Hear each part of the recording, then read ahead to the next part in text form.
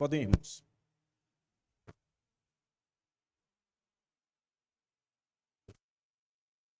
Enquanto isso, você já pode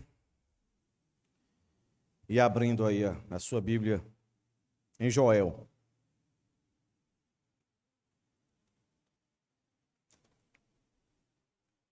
Profeta Joel. Deixa ela abertinha aí.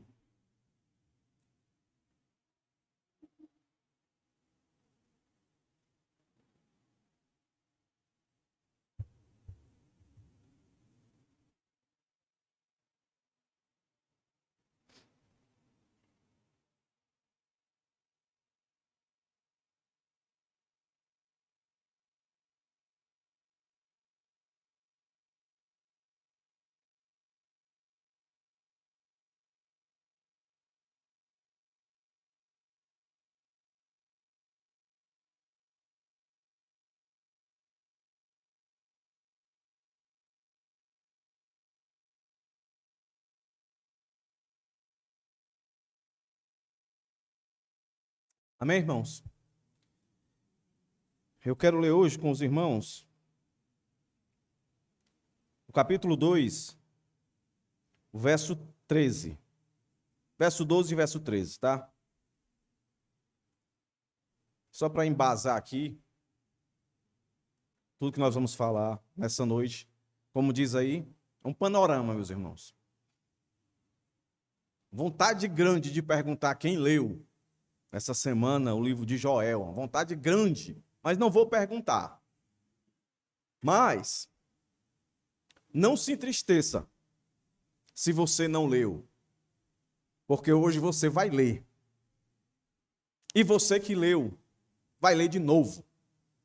Nós vamos ler o livro todo hoje. Amém, irmãos? Mas eu não vou expor o livro todo hoje, tá, irmãos? Então, só para deixar os irmãos tranquilos, nós vamos ler primeiro esses 2 versos. Nós vamos orar a Deus mais uma vez, pedindo para que Ele realmente derrame as suas bênçãos sobre nós. Mais um livro que nós vamos começar do Antigo Testamento.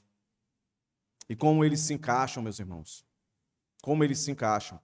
E junto com a EBD, como eles se encaixam com a nossa atualidade. Então eu queria ler aí, capítulo 2 de Joel, o verso 12 e o verso 13, que diz assim: Ainda assim, agora mesmo, diz o Senhor, convertam-se a mim de todo o coração, com jejuns, com choro e com pranto. Rasguem o coração e não as suas roupas. Convertam-se ao Senhor, seu Deus, porque Ele é bondoso e compassivo, tardio em irar-se e grande em misericórdia, e muda de ideia quanto ao mal que havia anunciado. Vamos orar, meus irmãos. Grandioso Deus, nós te louvamos e te agradecemos mais uma vez, Deus, pelo privilégio de estar diante da Tua palavra para aprendermos mais acerca da Tua vontade para as nossas vidas. Nós te agradecemos, Senhor, por tudo que o Senhor falou aos nossos corações na exposição do profeta Oséias. Agora nós te agradecemos, Senhor, por nos permitir a iniciar a exposição no livro de Joel. Ó Deus, que seja gratificante, que seja edificante para todos nós aqui essa noite. Que sempre possa quebrantar os nossos corações e mostrar de fato a realidade do mundo que vivemos, a capacidade que nós temos de te ofender e a necessidade que temos de nos arrepender. Ajuda-nos, Senhor, nessa noite. Ajuda-me, Senhor, nessa noite, na exposição desse livro tão maravilhoso, que de fato eu possa, no poder do Teu Espírito Santo, convencer a todos esses irmãos que aqui estão, sejam do adolescente até o mais idoso, e como eu sempre oro a Ti, do mais instruído ao menos instruído, o desejo, Senhor, de estar aqui, de lutar para estar aqui todos os domingos, e assim, nas quartas, aos sábados, entendendo e crescendo na graça e no conhecimento da Tua palavra. Perdoa os nossos pecados, Senhor, nossas falhas, tudo aquilo que nos impede, de fato, de adentrar a Tua presença com propriedade e, de fato, discernir a Tua vontade para as nossas vidas. Que não saiamos daqui da mesma forma que entramos, Senhor. que de fato possamos nos encontrar contigo, possamos nos aperceber nesse encontro, porque tu sempre está em direção a nós. Mas nós, pelas nossas transgressões, pelos nossos pecados, pelo nosso orgulho, pela nossa arrogância, pela nossa soberba, ficamos cegos da tua presença e não usufruímos da tua presença. Na tua presença, Senhor, há entendimento, há sabedoria, há edificação, há consolo, há conforto, há misericórdia. Não nos deixar de se perceber essas verdades. Que hoje, Senhor, na vida de muitos aqui, possa ser o despertar. Que hoje, na vida de muitos aqui, possam ser o reforço, o encorajamento para continuar, Senhor, confiando em Ti, independente das situações que venham a estar nos envolvendo. A Tua palavra nos disse, nós acabamos de ler, que hoje, agora, é tempo de rasgar os nossos corações diante de Ti. Que assim o façamos, Senhor, abrindo os nossos ouvidos para compreender as Tuas verdades nesse livro tão maravilhoso. Em nome de Jesus, se conosco, hoje e sempre. Amém. Meus irmãos, quem esteve aqui na EBD ouviu, eu vou só resumir aqui, que Joel é considerado, assim como Oséias e todos os outros que virão, um dos profetas menores. Não por estatura dele, não por pouco conhecimento, mas pela quantidade, né, de fala, de profecia. Comparado com Isaías, com Jeremias, a quantidade é bem menor. Por isso, ele é considerado profeta menor. Mas esse profeta aqui, ele é anônimo e famoso ao mesmo tempo. Ele é anônimo porque ele só aparece aqui, Joel, profeta. Aparece outros Joéis, vamos dizer assim, na Bíblia, pelo menos 10 ou 12. Mas não é esse aqui.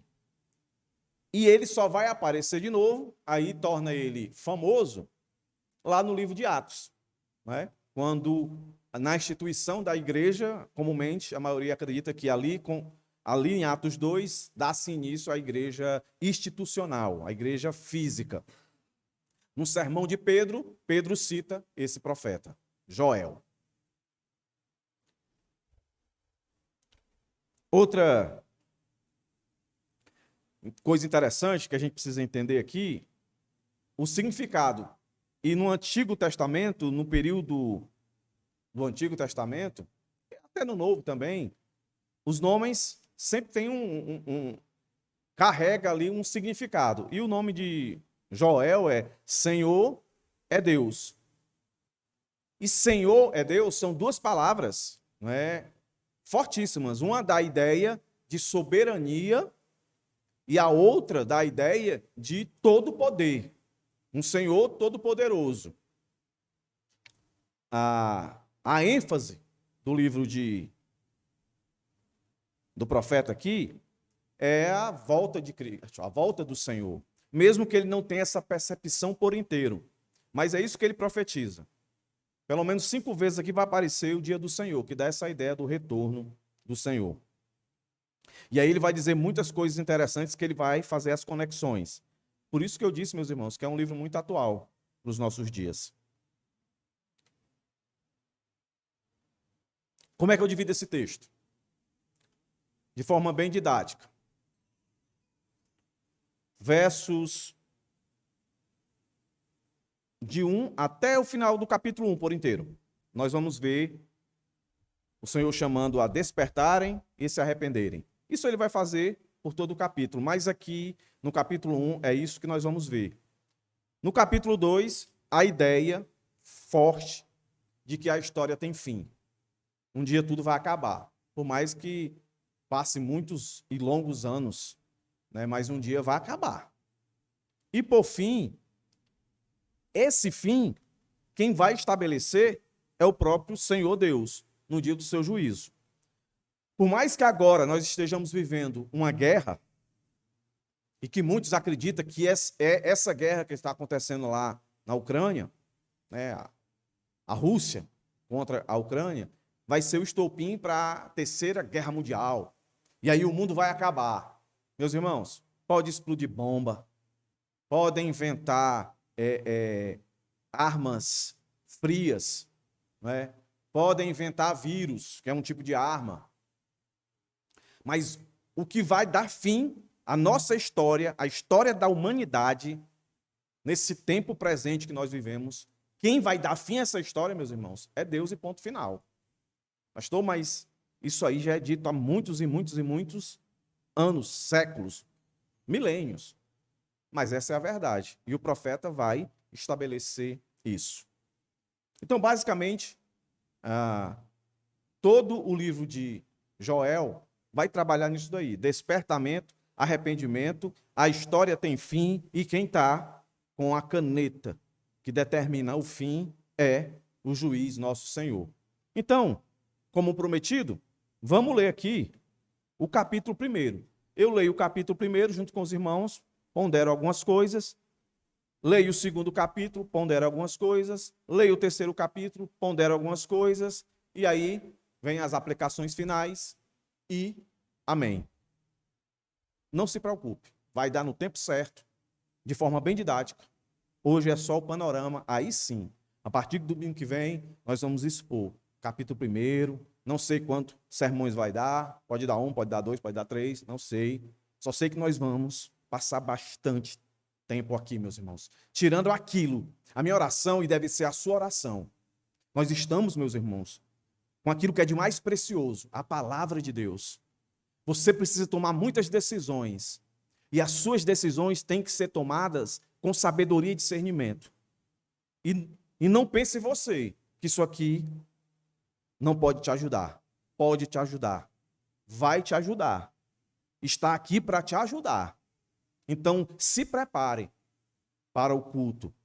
Medite, leia. É um livro pequeno. São 3 capítulos. Você vai ver como nós vamos ler aqui de boa. Tranquilidade. Começando agora. Olha para o texto. Primeiro capítulo, ele tem 20 versículos. E vai dizer o seguinte. Palavra do Senhor que foi dirigida a Joel, filho de Petuel. Prestem atenção, velhos. Escutem, todos os moradores da terra. Aconteceu algo assim no tempo de vocês ou nos dias de seus pais?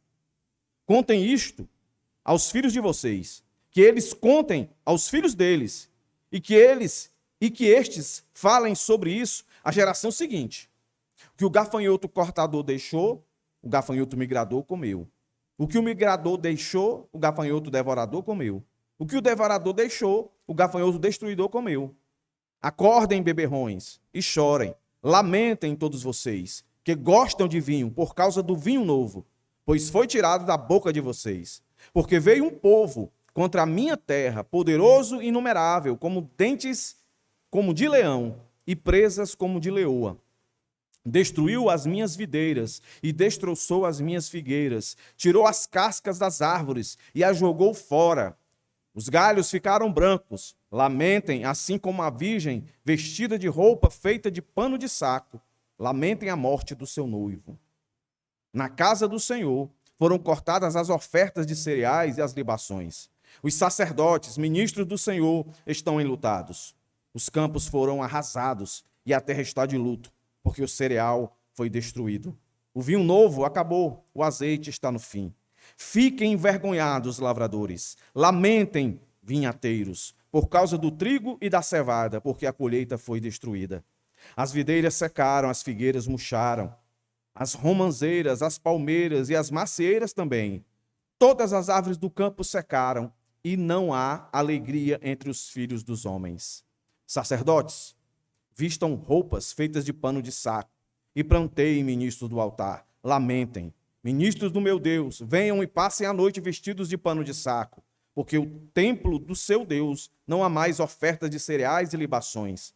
Proclamem um santo jejum, convoquem uma reunião solene, reúnam os anciãos e todos os moradores da terra na casa do Senhor seu Deus e clamem ao Senhor. Ah, que dia! Porque o dia do Senhor está perto e ele vem como destruição da parte do Todo-Poderoso. Por acaso o alimento não foi destruído diante dos nossos olhos? E do templo do nosso Deus não desapareceram a alegria e o regozijo? As sementes secaram debaixo dos seus torrões. Os celeiros foram destruídos, os armazéns derrubados, porque o cereal se perdeu. Como geme o gado. As manadas de bois estão inquietas, porque não tem pasto. Também os rebanhos de ovelhas estão sofrendo. A ti, ó Senhor, clamo, porque o fogo devorou as pastagens e as chamas consumiram todas as árvores do campo. Também todos os animais selvagens suspiram por ti, porque os rios secaram e o fogo devorou as pastagens. Perceba aí, meus irmãos. Todo esse capítulo aqui, ó, de forma bem didática, está chamando o povo a se despertar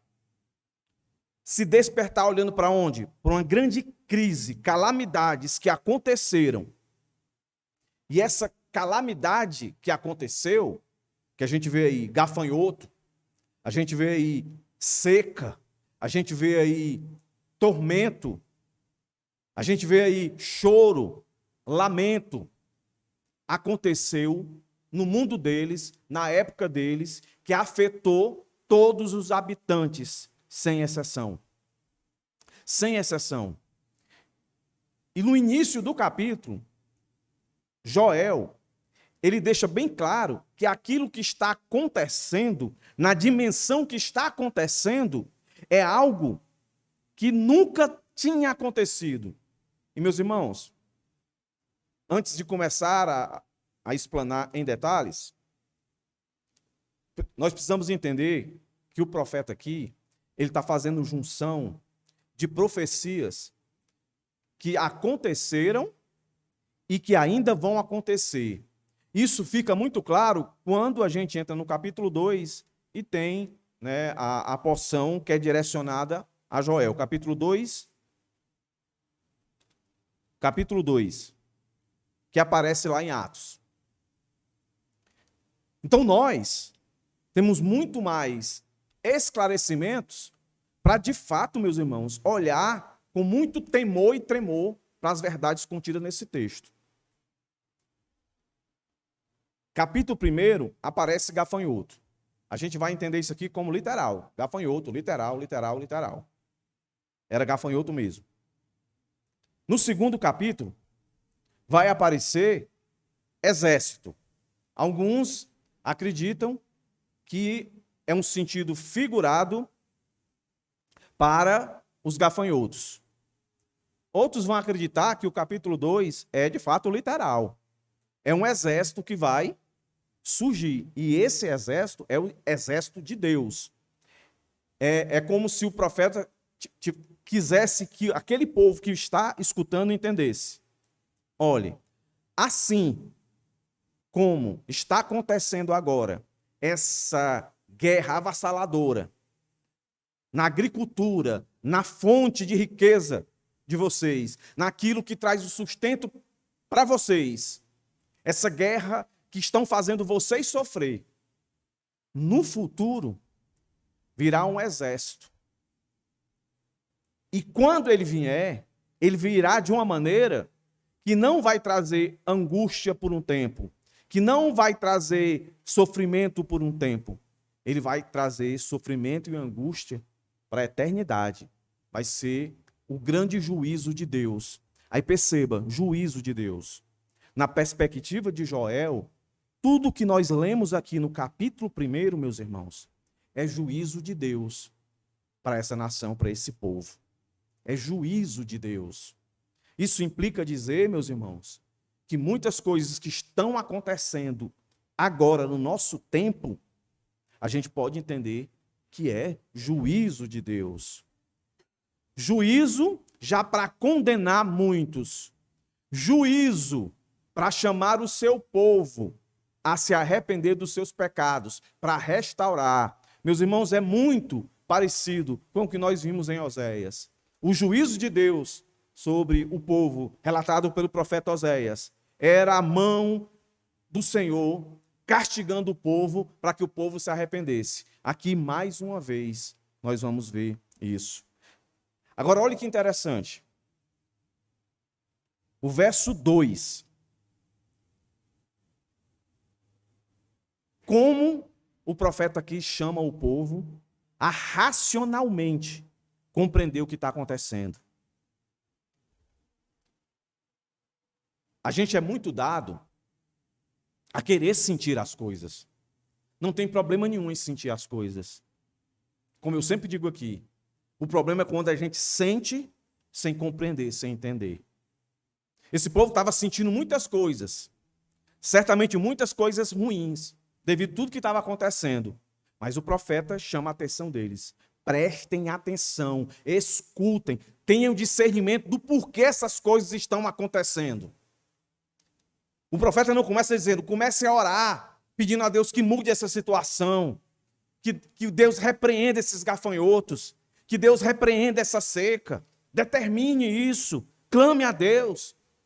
Você é filho do Todo-Poderoso, não aceite essa situação. Ele não começa assim. As Escrituras nunca tratam desse jeito. Olhe, prestem atenção, velhos. Velhos, a turma da igreja aqui que é velha, presta atenção. Não é porque ficou velho que não é para ser exortado, chamado a atenção. Está aqui, ó. Velhos, prestem atenção. Escutem todos os moradores da terra, as jovens, crianças, todos os moradores da terra. É uma palavra não direcionada só, vamos dizer assim, para os crentes. É para todo mundo. Se Joel estivesse aqui e ele entendesse que essa pandemia, essa crise econômica, a falta de gás na Europa, que precisa queimar árvore para poder gerar energia lá e tal. Se ele entendesse que era juízo de Deus, ele ia dizer para que nós pregássemos para o mundo todo. Ora, isso que está acontecendo aí não é por causa da guerra em si. A guerra é só um meio. Quem está por trás de tudo isso aí, a pandemia, é um instrumento, é um meio. Quem está por trás de tudo isso daí é Deus. E Deus está chamando a atenção de quem? Dos seus.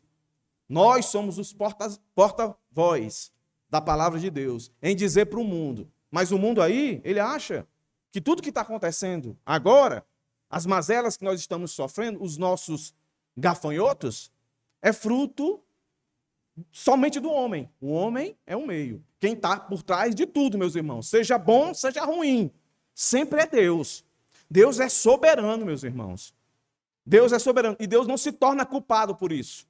O homem é responsável, mas Deus está no controle de tudo. Por isso ele diz, prestem atenção, velhos. Escutem todos os moradores da terra.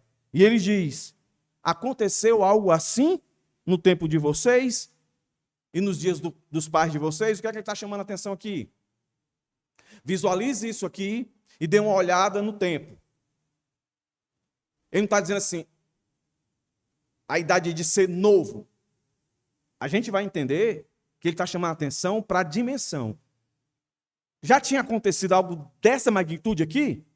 Vocês já viram isso no tempo dos pais de vocês? Perceba. Nada que acontece no mundo é novo, inédito. Tudo que acontece já aconteceu. Mas não da mesma forma. Não da mesma maneira. Vai se degradando cada vez mais. Aí ele diz, olha a responsabilidade. O povo está sofrendo, porque a gente leu que eles estão lamentando porque está faltando vinho. A igreja está lamentando porque as ofertas, os dízimos caíram. A igreja está em dificuldade. Está tudo muito difícil. Mas a preocupação do profeta, a preocupação de Deus é, entendam por que isso está acontecendo. Gravem bem nas mentes de vocês. Aí ele vai dizer, ó, contem isto aos filhos de vocês. Então, é uma palavra profética, mas que está acontecendo. Não é que vai acontecer, já está acontecendo. Então, isso que está acontecendo, conte aos filhos de vocês. E eles, os filhos de vocês. Aí, essa profecia que está acontecendo vai virar passado para os filhos e eles têm que lembrar e contar para os filhos dele. E ele diz, e estes falem sobre isso à geração seguinte. O que é que ele está pedindo para relembrar aqui? A grande desgraça que aconteceu com o povo de Deus, especificamente aqui, né, Reino do Norte, Judá. Provavelmente, Joel era um da tribo de Judá, provavelmente. A gente não sabe que período foi escrita essa carta, há muita discussão. Uns acreditam que foi antes do cativeiro babilônico, outros acreditam que foi depois. Né? Pelo menos há 5 possibilidades, né? Na linha do tempo. Então, só para os irmãos entenderem aqui rapidamente, olhe para cá, para o microfone. Imagine que o microfone aqui é o ponto onde aconteceu o cativeiro babilônico. Alguns acreditam que Joel foi escrito bem aqui, ó, nas bordas. Outros acreditam mais para cá. Outros acreditam bem aqui. Outros acreditam lá, bem atrás. No tempo de Amós, que foi um dos primeiros livros, né, a ser escrito dos profetas menores, bem aqui. E tem uma maioria que acredita que está bem aqui, depois. O ponto não é esse. Cada um deles aí, meus irmãos, tem a sua base para explicar. Em outro tempo, a gente pode aprofundar nisso. Mas o que os irmãos têm que entender é que ficou registrado para que se contasse. E é interessante que as profecias, os relatos bíblicos do Antigo Testamento, é sempre chamado a se guardar, fazer memorial, para sempre lembrar.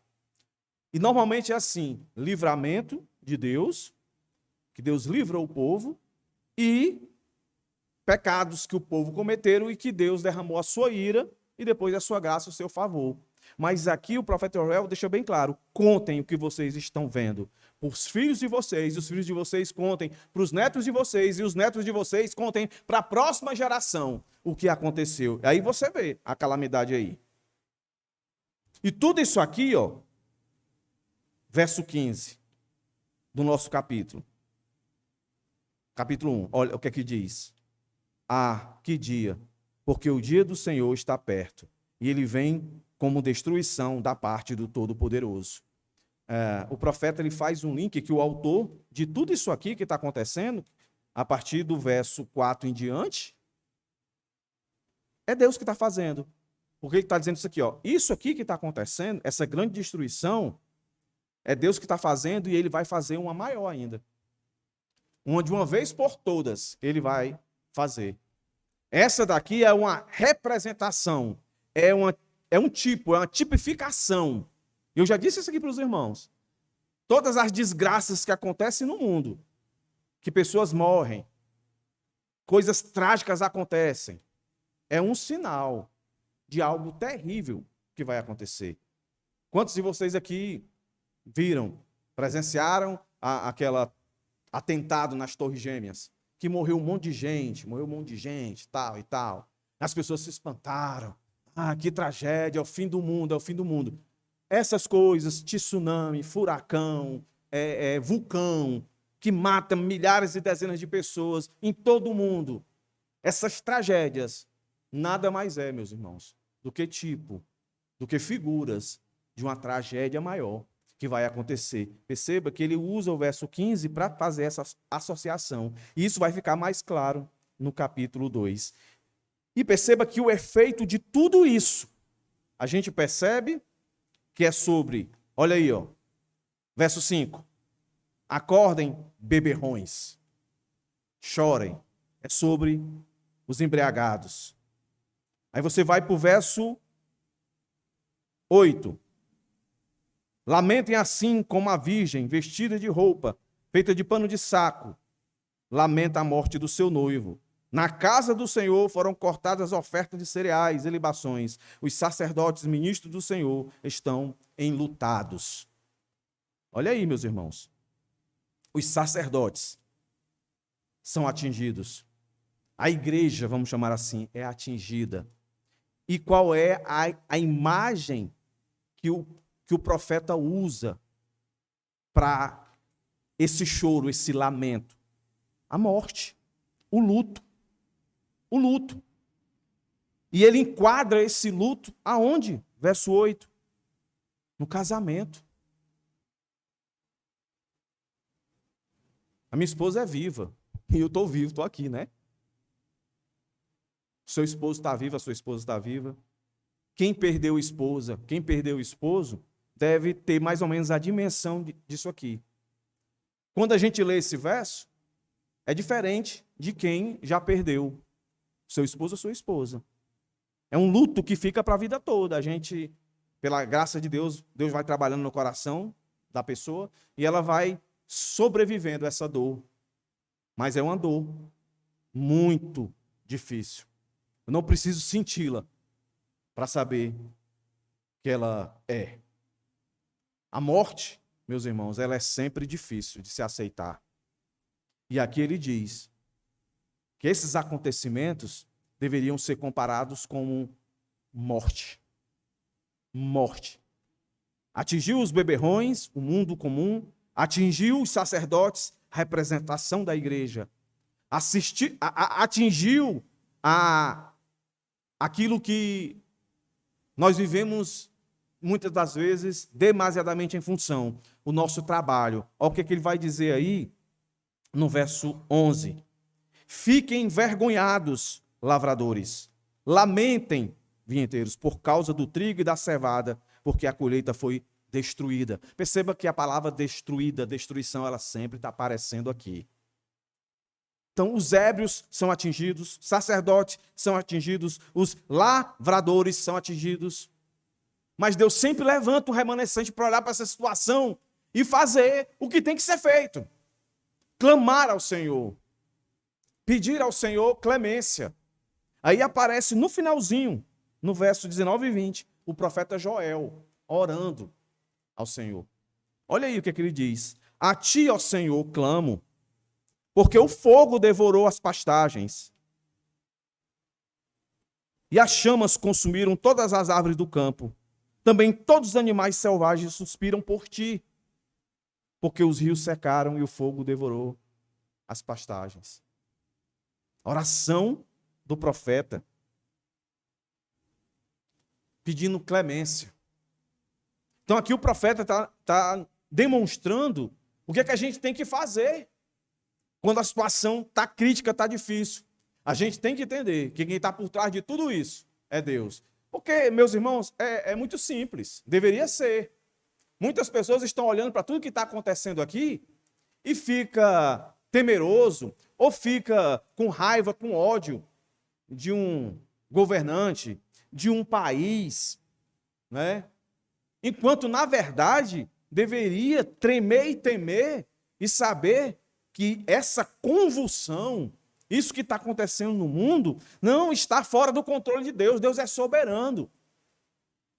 E assim como Joel chamou a atenção, nós devemos prestar atenção nas coisas que estão acontecendo. Lembre-se, lá em Mateus 24, assim como em Lucas, em João, em Marcos, quando fala da volta de Jesus, vai dizer que os sinais da volta de Jesus são exatamente isso aqui que a gente está vendo: mazelas, fome, morte, luto, tristeza, angústia, perseguição.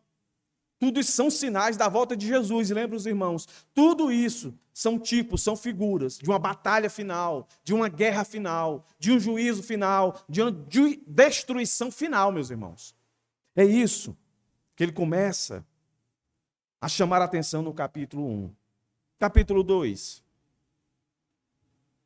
Vamos ler o capítulo 2. É um pouco mais extenso, mas preste atenção nas figuras que aparecem aqui. A história tem fim. Quem vai dar fim a essa história? Assim como no capítulo 1, verso 15, Joel deixa claro que é Deus que vai fazer isso. Se você olhar para o verso 11 do nosso capítulo 2, você vai perceber ele fazendo associação com Deus novamente. Vamos começar a ler aqui, ó. Verso 1. Toquem a trombeta em Sião e deem um alarme no meu santo monte, que todos os moradores da terra tremam, porque o dia do Senhor está chegando. Já está próximo. É dia de trevas, escuridão, dia de nuvens e densas trevas, como a luz do amanhecer sobre os montes. Assim se difunde um povo grande e poderoso, como nunca houve igual desde os tempos antigos, nem haverá outro depois dele, pelos anos seguintes, de geração em geração. À frente dele, povo, exército, literalmente um exército. E ele vai fazer um link aqui com os gafanhotos. Vê se não parece. Mas aqui literalmente é um povo. Quando nós formos expor isso aqui, versículo, aí eu vou argumentar e confirmar isso, que aqui não é simplesmente algo figurado. É um povo que vai vir, um exército real, mas que aqui, Joel faz um link com os gafanhotos. Presta atenção. À frente dele vai fogo devorador. Antes dele vai chamas destruidoras. Palavras que ele usou no capítulo 1. Diante deste povo, a terra é como o jardim do Éden, mas atrás dele fica devastada como um deserto. Nada lhe escapa. A sua aparência é como de cavalos, e como cavaleiros assim correm. Com um estrondo semelhante ao de carro de guerra, eles vêm saltando no monte dos montes, crepitando como chamas de fogo que devoram a palha, como um povo poderoso posto em ordem de combate. Diante deles os povos tremem, todos os rostos empalidecem, correm como valentes, como homens de guerra, sobem muros. Cada um vai no seu caminho e não se desvia da sua fileira. Não empurram uns aos outros, cada um segue o seu rumo, avançam entre as lanças e não se detêm no seu caminho. Invadem a cidade, correm pelas muralhas, sobem pelas paredes das casas, entram pelas janelas como ladrões. Diante deles a terra treme, os céus se abalam, o sol e a lua se escurecem, as estrelas deixam de brilhar. O Senhor levanta a voz diante do seu exército, porque o seu arraial é enorme, e quem executa as suas ordens é poderoso. Sim, grande e muito terrível é o dia do Senhor. Quem o poderá suportar? Ainda assim, agora mesmo, diz o Senhor, convertam-se a mim de todo o coração, com jejuns, com choro e com pranto, rasguem o coração e as suas roupas, convertam-se ao Senhor seu Deus, porque Ele é bondoso e compassivo, tardio em irar-se e grande em misericórdia, e muda de ideia quando o mal que havia anunciado. Quem sabe se ele não voltará e mudará de ideia. E ao passar, deixe uma bênção para que vocês possam trazer ofertas de cereais e libações ao Senhor seu Deus.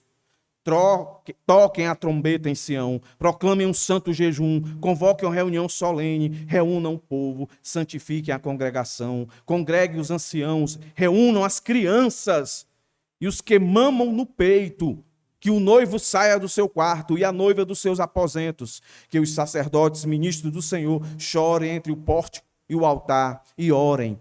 Poupa o teu povo, ó Senhor, e não faça a tua herança um objeto de deboche e de zombaria entre as nações, porque hão de dizer entre os povos, onde está o Deus deles? Então o Senhor teve grande amor pela sua terra e se compadeceu do seu povo. O Senhor respondeu ao seu povo: eis que ele viu o cereal, o vinho, o azeite, e vocês ficarão satisfeitos. Nunca mais farei de vocês motivo de zombaria entre as nações, mas ao invasor que vem do norte, eu removerei para longe de vocês, e o lançarei por uma terra seca e deserta. Lançarei a sua vanguarda para o mar oriental e a sua retaguarda para o mar ocidental. Subirá o mau cheiro e subirá a sua podridão, porque agiu poderosamente. Não tenha medo, ó terra, alegre-se e exultem, porque o Senhor faz grandes coisas. Não tenha medo, animais selvagens, porque os pastos do deserto reverdecerão, porque as árvores darão seus frutos, as figueiras, as videiras produzirão com vigor. Filhos de Sião, alegrem-se, exultem no Senhor seu Deus, porque Ele lhes dará as chuvas em justa medida. Fará descer, como no passado, as primeiras e as últimas chuvas. As eiras se encherão de trigo e os lagares transbordarão de vinho e de azeite. Restituirei os anos que foram consumidos pelos gafanhotos, o migrador, o devorador, o destruidor, o grande exército que enviei contra vocês. Vocês terão comida em abundância e ficarão satisfeitos. E louvarão o nome do Senhor seu Deus, que fez maravilhas em favor de vocês. E nunca mais o meu povo será envergonhado. Vocês saberão que eu estou no meio de Israel e que eu sou o Senhor, o Deus de vocês. E não há outro. E nunca mais o meu povo será envergonhado.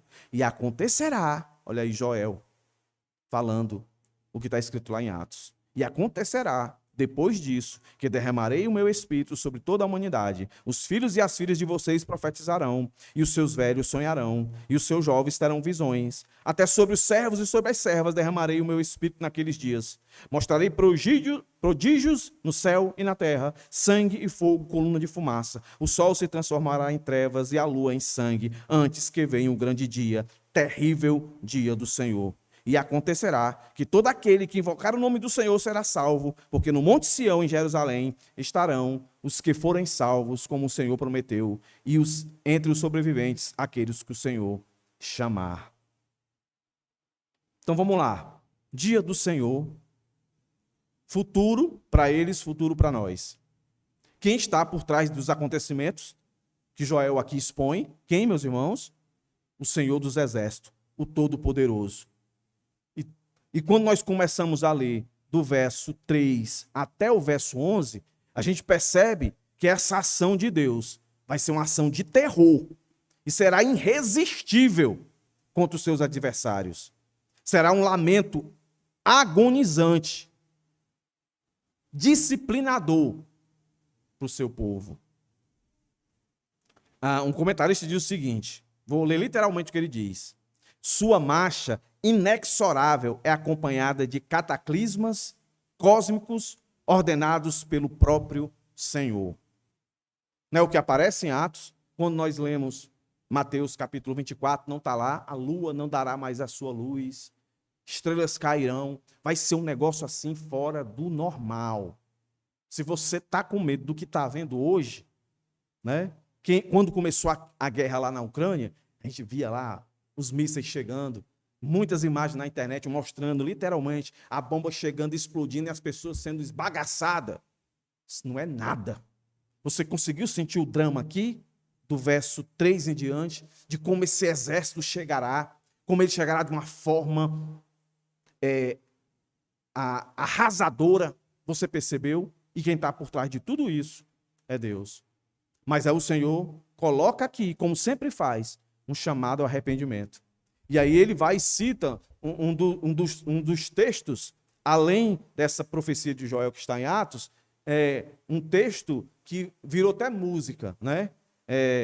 Verso 24. As eiras se encherão de trigo e os lagares transbordarão de vinho e azeite. Restituirei. Eita, meu irmão. Então tá aí, pastor. Restituirei vem daí, aquela restitui, eu quero de volta o que é meu. Tá aí, tá não. Tem nada a ver. Tem nada a ver. Aqui, o restitui é coisas materiais. Mas perceba, o texto não para aí. Verso 28. E acontecerá depois disso o quê? Depois do arrependimento desse povo, que olhou para Deus e disse, ô Senhor, perdoa. Perceba que na leitura até agora, falta só um capítulo para a gente terminar, irmãos. Na leitura até agora, não se apontou um pecado desse povo. Não disse onde foi que eles erraram. Que pecado foi? Diferente de Oséias. Oséias era direto dizendo, vocês idolatraram, vocês se prostituíram, vocês fizeram orgias, cultos levados pela orgia, pela ganância, pelo o desejo da avareza. Vocês mataram, vocês perseguiram, vocês mentiram, vocês forjaram para adquirir cada vez mais bens e bens e bens e bens. Pecado de tudo que a gente foi denominado. Aqui nenhum pecado. Né? Nós vamos entender que eram os mesmos pecados, meus irmãos. Quando a gente for expor aqui, a gente vai compreender nas entrelinhas que o pecado deles sempre foi idolatria e amor ao dinheiro. Bem-estar, não pensar no que virá depois, né? Mas o Senhor deixa claro aqui que aquilo que a gente tem que se agarrar não é os bens materiais, não. Ele vai restituir, como ele disse aqui. E de fato, isso aconteceu, ele restituiu. Mas o que ele chama a atenção, meus irmãos, é aqui o verso 28 para frente. E acontecerá depois disso que derramarei do meu espírito sobre toda a humanidade. Ou seja, o maior desejo do Senhor é salvar, é converter. O maior desejo do Senhor é habitar nas pessoas. É ele ser a joia mais preciosa para o ser humano. É ele se dar. Então, se na canção Restitui, ela cantasse também, Senhor, restitui a alegria da salvação. Senhor, que essa alegria da salvação que foi restituída possa ser derramada para salvar aqueles que não te conhecem. Aí a gente podia dizer que a música era bíblica, mas ela canta simplesmente o materialismo e não é a preocupação do Senhor aqui por material. E veja que no finalzinho, essa ideia ela está muito forte no verso 32. E acontecerá que todo aquele que invocar... Quando é que isso vai acontecer? Quando o Senhor derramar do seu Espírito. Isso já derramou? Lá em Atos, por isso que esse texto aqui está lá em Atos, capítulo 2. O Senhor já derramou.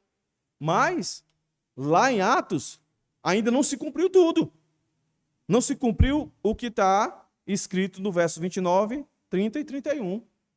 Que vai ser o grande dia. Um grande dia terrível. O dia final. O dia do juízo final, que é o nosso capítulo 3. Olha aí, irmãos. Capítulo 3 agora. Olha o que ele vai dizer para nós. Eis que naqueles dias e naquele tempo... Que dia é que ele está falando aqui, meus irmãos? É o dia do grande juízo, quando Deus vier. Quando o que ele falou no capítulo 2, de fato, acontecer no tempo certo. Então, imagina que os espectadores, os que estão ouvindo o profeta falar, eles estão com a mente, a visualização, literalmente, do que estava acontecendo, ataque, né, dos gafanhotos na sua lavoura, o vinho acabando, ou seja, foi atingida a economia do país, do mundo naquela época, atingiu. E todo mundo sentiu, nós vimos isso. O povo, representado pelos beberrões, sem noção, né? A igreja como um todo, os trabalhadores propriamente dito, né? Todos sentiram. E aí ele, no capítulo 2, ele diz, ó, isso aí não é nada. Se isso aí deixou vocês angustiados, vocês sofrendo, vocês destruídos, olhe, no futuro próximo, Deus virá como um exército. Isso aí que vocês estão vendo vai se transformar num exército literal de homens.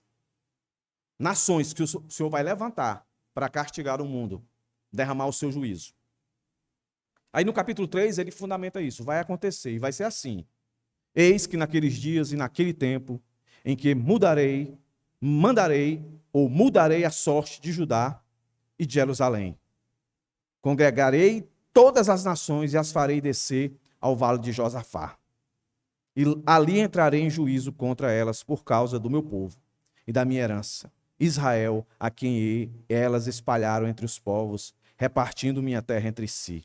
Lançaram sorte sobre o meu povo e deram meninas em troca de prostitutas e venderam meninas por vinho que beberam. O que vocês têm contra mim, Tiro, Sidom, em todas as regiões da Filístia? Estão querendo se vingar de mim? Se é isso que vocês querem, sem demora farei com que essa vingança caia sobre a cabeça de vocês, visto que vocês levaram a minha prata, o meu ouro, e puseram as minhas joias preciosas nos seus templos, e venderam os filhos de Judá e os filhos de Jerusalém dos filhos dos gregos, para afastá-los da sua terra. Eis que eu os trarei deste lugar para onde vocês os venderam, e farei com que a vingança caia sobre a própria cabeça de vocês. Venderei os filhos e as filhas de vocês aos filhos de Judá, e estes os venderão aos sabeus, que são uma nação distante, porque o Senhor disse. Proclamei isto entre as nações. Declarem guerra santa e convoquem os valentes, que todos os homens de guerra se prestem e se preparem, se apresentem e se preparem. Transformem as suas lâminas de arado em espadas e as suas foices em lanças. Que o fraco diga, eu sou forte. Todos vocês, povos vizinhos, apressem-se, venham, depressa, e reúnam ali. Façam descer os valentes, ó Senhor. Que todas as nações se levantem e sigam para o vale de Josafá, porque ali me assentarei para julgar todas as nações vizinhas. Porque a foice e comecem peguem a foice e comecem a colher, porque a plantação está madura. Venham, pisem as uvas, porque o largar está cheio. Os seus compartimentos transbordam, porque é grande a maldade dessas nações. Multidões, multidões, no vale da decisão, porque o dia do Senhor está perto, no vale da decisão. O sol e a lua se escurecerão, e as estrelas deixarão de brilhar. O Senhor rugirá de Sião, e de Jerusalém fará ouvir a sua voz. Os céus e a terra tremerão, mas o Senhor será o refúgio do seu povo e a fortaleza dos filhos de Israel. Assim vocês saberão que eu sou o Senhor, o Deus de vocês, que habito em Sião, o meu santo monte, Jerusalém santa. Estranhos não passarão mais por ela.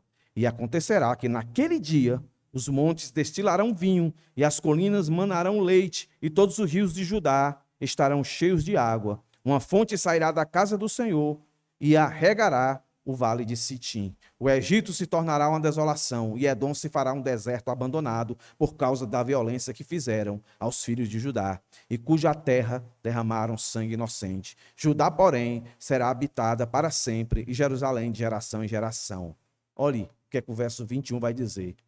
Eu vingarei o sangue deles, que ainda não foi vingado, e o Senhor habitará em Sião. O grande dia do Senhor, meus irmãos, Joel está demonstrando aqui, para quem sempre desconsiderou Deus como soberano, como um Senhor de tudo e de todos, para eles vai ser um dia terrível. Todos aqueles que Deus usou como instrumento, a Síria, o Egito, todos que o Senhor usou como instrumento de castigo para o seu povo, era também a misericórdia de Deus para o mundo, para olhar e reconhecer Deus como todo-poderoso, inclusive esses povos. Mas no final de tudo, Deus, por mais que Deus tenha usado a cada um deles, é a soberania de Deus e a responsabilidade do homem, por mais que Deus tenha usado esses povos, a Síria, o Egito e todos os outros, para exercer o seu juízo, todos eles, no final, terão o juízo de Deus sobre eles. Se o capítulo 2 era um chamado ao povo a tremer e a temer a Deus, o capítulo 3 é um chamado do povo de Deus a confiar em Deus e saber que toda injustiça feita a um escolhido de Deus, a um chamado de Deus, vai ter um dia que todos prestarão contas. Por isso que o Senhor diz que a vingança pertence a Ele, que a gente deve se irar, mas não pecar, ou seja, a gente deve sentir a dor, da perseguição, a dor da calúnia, a dor do falatório, de contenda, de tramar planos contra nós. Mas a nossa ira não pode nos levar a achar que o Senhor tem que fazer vingança pelas nossas mãos, no nosso tempo, do jeito que a gente quer, na hora que a gente quer, da forma que a gente quer. Esse capítulo 3 aqui, para nós que somos cristãos, você que se reconhece como cristão, é para que você lembre que o juízo de Deus para nos corrigir vai ser juízo de Deus também para destruir aqueles que foram motivos de nos fazer tropeçar. Aqueles que nos fizeram ou nos perseguiram e quiseram o nosso mal. No final, o Senhor vai derramar o seu juízo contra ele. É aquela história do irmão mais velho, Eu já até contei para os irmãos aqui. Eu, como irmão mais velho, quando acontecia alguma coisa com os meus irmãos, eles iam me chamar para resolver a parada, Às vezes eu resolvia, definia o negócio, mas às vezes eu apanhava junto com eles, entendeu? Mas com Deus não vai ser assim. No final, ele vai resolver tudo. Aí lembre-se, nós vivemos um tempo que tem até crente que desacredita nisso, que acha que já demorou tanto. E cadê isso se cumprir? Cadê isso se cumprir? Está aqui, meus irmãos, o livro de Joel para lembrar a gente. Vai se cumprir. O Senhor vai voltar. Ele vai voltar para se vingar. Vai se vingar daqueles que não o reconheceram como Senhor e Salvador. E segundo Lucas, quando esse dia acontecer, quem é crente de verdade vai erguer a cabeça do céu e vai gritar: ah, Deus, quem poderá me salvar? Não. Ele vai dizer, ele vai confirmar, ele vai reafirmar: a minha redenção chegou. Você está pronto para dizer isso? Como você entendia até então, Joel? Capítulo 1, capítulo 2. Capítulo 1, desperta, se arrepende. Capítulo 2, confia, se arrepende. Capítulo 3, confia, espera. Deus vai fazer o que ele prometeu. De forma resumida, nós vamos aprofundar isso nas exposições. Quais as principais mensagens do profeta Joel no seu livro? Antes de tudo, parabéns, irmãos. Vocês leram Joel 1, 2 e 3. Amém? Vamos lá. Primeira, e muito óbvia. Pecado atrai juízo. Se você pecou, não pense que Deus é como seu pai, né?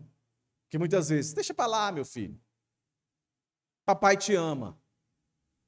Deus te ama. E por ele te amar, ele vai castigar você.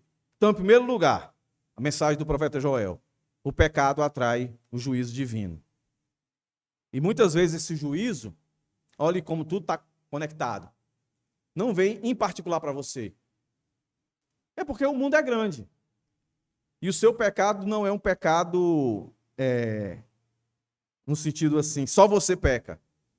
Pode ter certeza, quando você está pecando em uma determinada coisa, tem um monte de gente também pecando do mesmo jeito. E às vezes Deus age particularmente ali, mas às vezes Deus age na coletividade. Aqui, no caso, a gente está vendo. O juízo de Deus veio para a nação toda. Todo mundo estava sentindo, né? Todo mundo estava sentindo. As calamidades que estavam acontecendo estavam pegando todo mundo. Segundo, ele vai falar sobre arrependimento. Se pecado atrai juízo, tem que ter arrependimento. E ele fala disso por várias vezes. Há arrependimento sincero. É a única coisa que para o castigo de Deus. É arrependimento. Se você não se arrepender, o castigo de Deus não para. Isso é graça. Nós aprendemos em Oséias. É superabundante graça. É Deus querendo trazer você para o caminho. Chamando você para que você volte. Ponto final. Estão entendendo, irmãos? Aí, a percepção da coisa. Terceiro, terminei falando dele.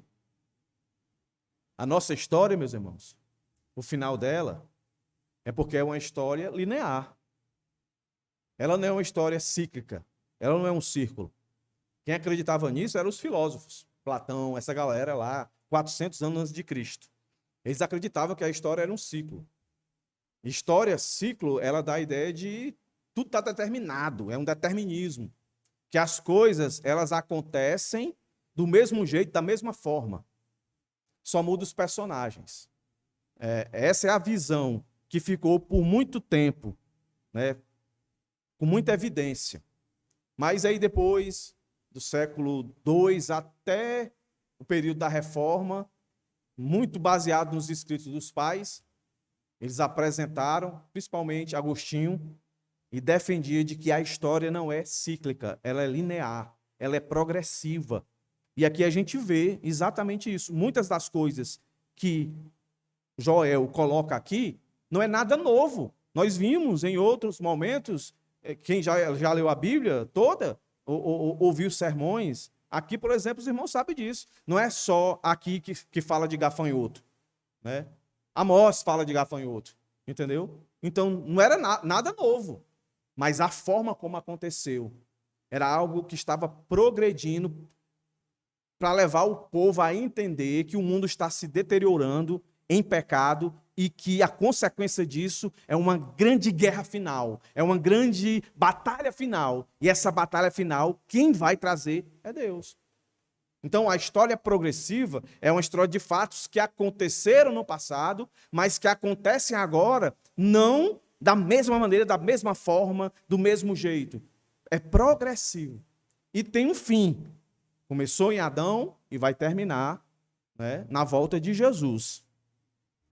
E no capítulo 3, algumas fraseologias faz lembrar o que está escrito lá em Apocalipse. Quando nós estivermos expondo, a gente vai fazer essas conexões. E doutrina principal aqui, que eu acredito, também muito óbvia, meus irmãos. Chover no molhado.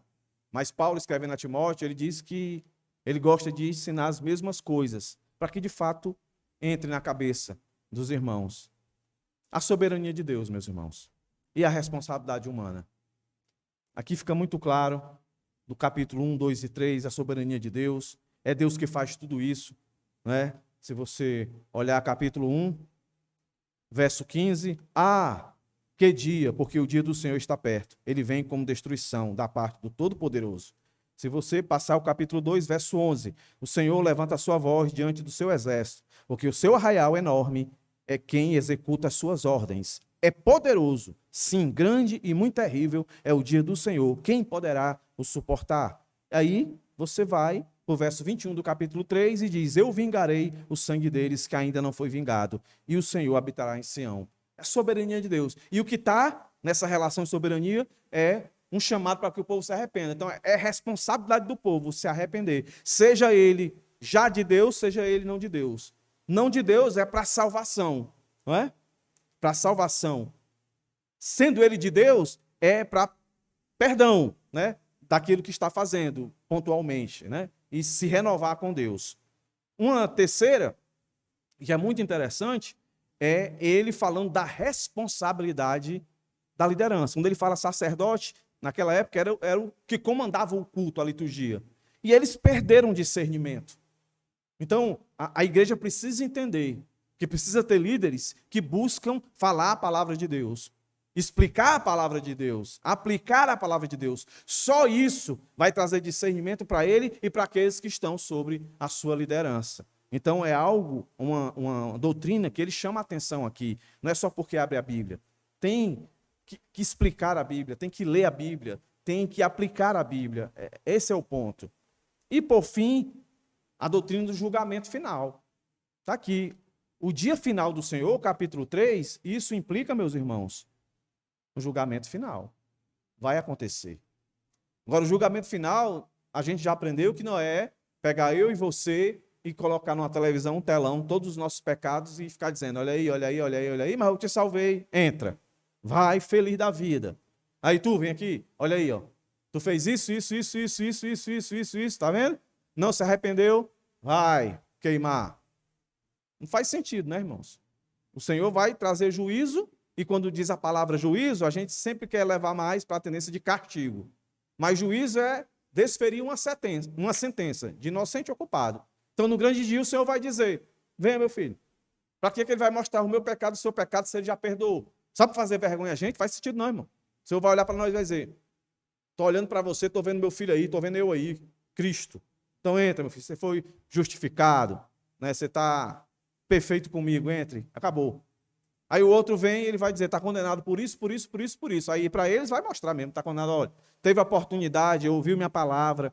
Olha lá, o pastor Eunildo pregando Joel, lá dizendo para você: se arrependa, isso que está acontecendo tudinho é eu, fazendo, né? Se arrependa, não é o seu emprego, não é o seu braço, entendeu? Não são os políticos que vai trazer salvação, bem-estar para você, isso é temporal.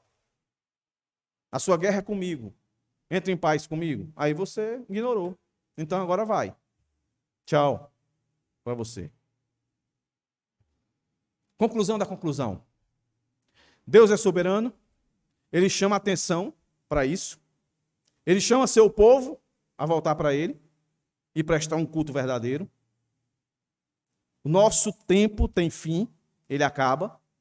Não é uma história que fica só rodando, ela vai ter um começo, um meio e um fim. E por fim, devemos buscá-lo verdadeiramente enquanto a gente tem tempo. E nunca esquecer, ele vai punir e ele vai abençoar. Quando eu coloquei despertamento, arrependimento e promessas, é promessas de juízo e condenação e promessas de bênçãos para aqueles que ele salvou. Amém, irmãos? Espero que isso tenha encorajado você, que você, como hoje leu todo o livro de Joel, leia o capítulo 1. Nós vamos começar nele domingo que vem, expor versículo por versículo, perícope escolhida. Ore para que Deus abra minha mente e fale aquilo que nós necessitamos. Amém, irmãos? Convido você a ficar de pé e já chamo os irmãos aqui para frente. para que juntos. Hoje o culto vai um pouquinho maior por causa da ceia, tá, irmãos?